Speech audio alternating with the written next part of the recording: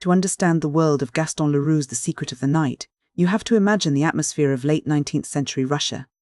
It is a place of extreme contrasts, where the glittering, gold-leafed ballrooms of the aristocracy sit directly on top of a dark, volatile underworld of revolutionary fervor and secret societies. This isn't just a setting, it's the engine of the story. The narrative finds us at a high society dinner party held at the villa of General Trebassof, near St. Petersburg. The general is a man of immense courage and a certain stubbornness that borders on the reckless. He has grown tired of living under the constant, suffocating shadow of police guards, so he makes a decision that sets the entire plot in motion. He dismisses his security for the evening, seeking a sense of normalcy and dignity.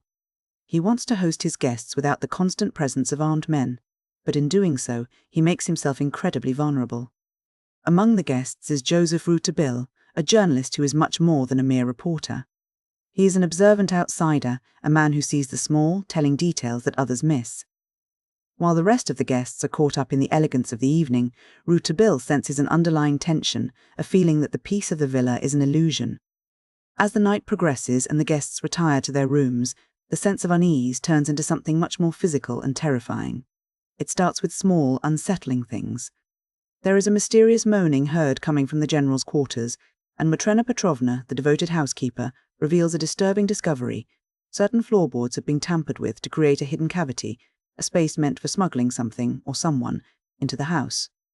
Rouletabille begins to piece together the mechanics of the threat. He discovers a highly sophisticated method of entry used by an assassin, a broken hatpin, used with incredible precision to manipulate the door bolts from the outside. This isn't the work of a common thief, this is the work of someone trained in the art of infiltration. The tension reaches a breaking point when a massive explosion, triggered by nihilist bombs, rips through the villa, destroying the grand staircase. By some miracle, the general and his inner circle survive the blast, but the domestic mystery has now exploded into a full-scale political crisis. The investigation shifts from the shadows of a private home to the high-stakes machinery of the Russian state. Rouletabille learns that the attempt on the general's life was part of a much larger, more desperate plot. He discovers that the general and Matrena had both been targeted for poisoning, an attempt to eliminate both the political target and the people who might expose the conspiracy. The man behind the violence is revealed to be Matiev, a man driven not by ideology, but by a profound, personal grief. He is a father seeking vengeance for his son, who was killed during a recent uprising. This adds a layer of tragedy to the violence. The villain is a man broken by the very chaos the revolutionaries claim to be fighting for. As the web of conspiracy tightens, we encounter Natasha, the general's stepdaughter. She is what Leroux describes as a sphinx, a beautiful, enigmatic figure whose true loyalties are impossible to pin down. The plot casts her in a suspicious light. She is suspected of being a nihilist, a member of the radical underground. Rouletabille begins to suspect that she is being framed or perhaps coerced, but her silence makes her an enigma that drives the tension of the final act. The scale of the danger grows until Rouletabille himself becomes a target. After a series of dramatic confrontations, including a failed police ambush and a secret trial where the revolutionaries execute their own members to maintain secrecy, Rouletabille finds himself a hunted man.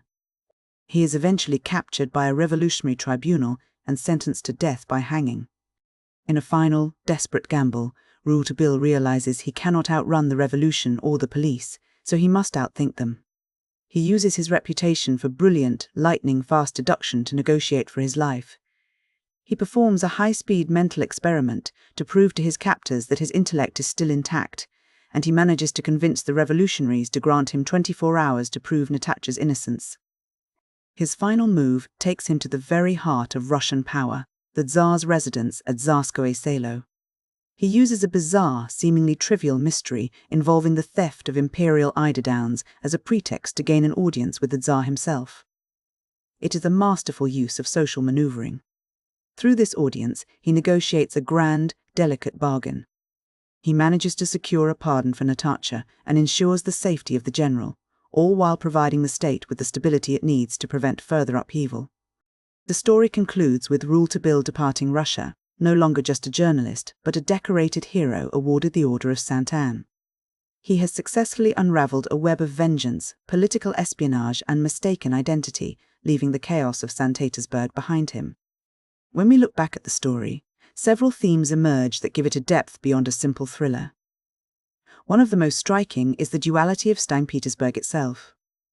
Leroux presents a city of two faces, the elegant, polished surface of high society and the violent, churning undercurrent of the revolutionary movement. The characters are often caught in the friction between these two worlds.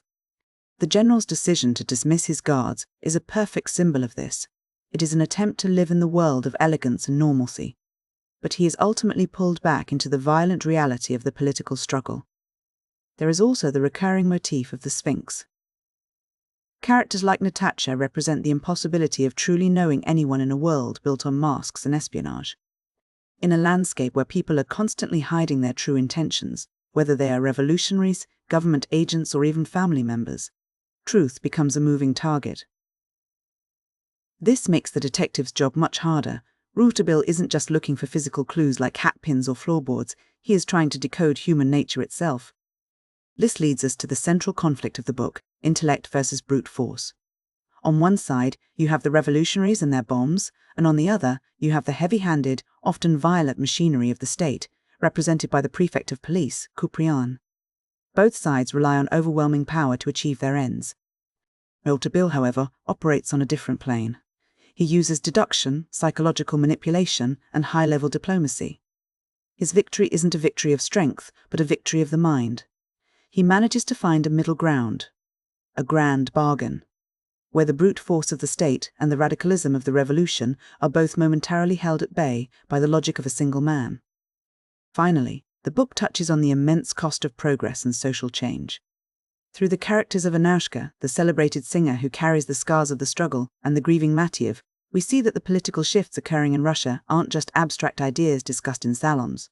They are visceral, painful, and deeply personal. The story suggests that while upheaval might be inevitable, the human cost of that transition is staggering.